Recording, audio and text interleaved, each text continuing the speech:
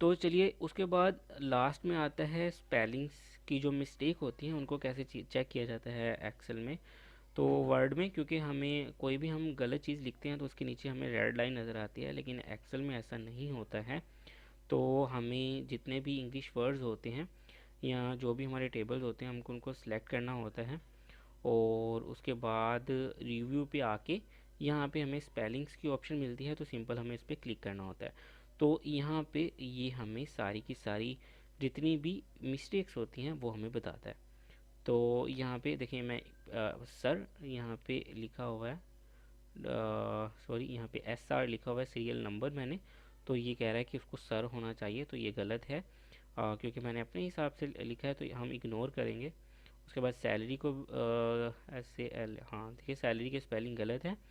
तो ये कह रहा है कि अगर आप चेंज करना चाहते हैं तो यहाँ से चेंज कर सकते हैं।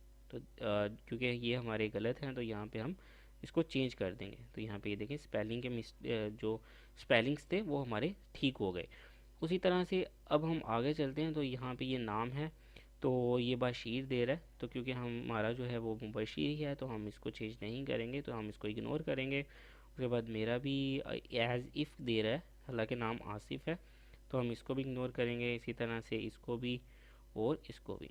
ठीक है, तो आपको जो करेक्शन लगेगी वो आपने देनी, क्योंकि कुछ चीज़ें जो होती हैं नाम वगैरह वो एक्सेल में गलत ही वो शो करता है, लेकिन वो असल में सही होते हैं। ठीक है, तो बाकी जो इंग्लिश की गलतियाँ होती हैं वो आप यहाँ से ठीक कर सकते हो। तो चलिए फ्रेंड्स, ये यहाँ पे ये वीडियो ख़त्म करते हैं। वीडियो अच्छी लगे तो चैनल को सब्सक्राइब कर दीजिएगा, वीडियो को लाइक और शेयर करना बिल्कुल मत भूलिएगा। नेक्स्ट वीडियो में मिलेंगे, अपना ख्याल रखिएगा, तब तक के लिए अल्लाह हाफिज़।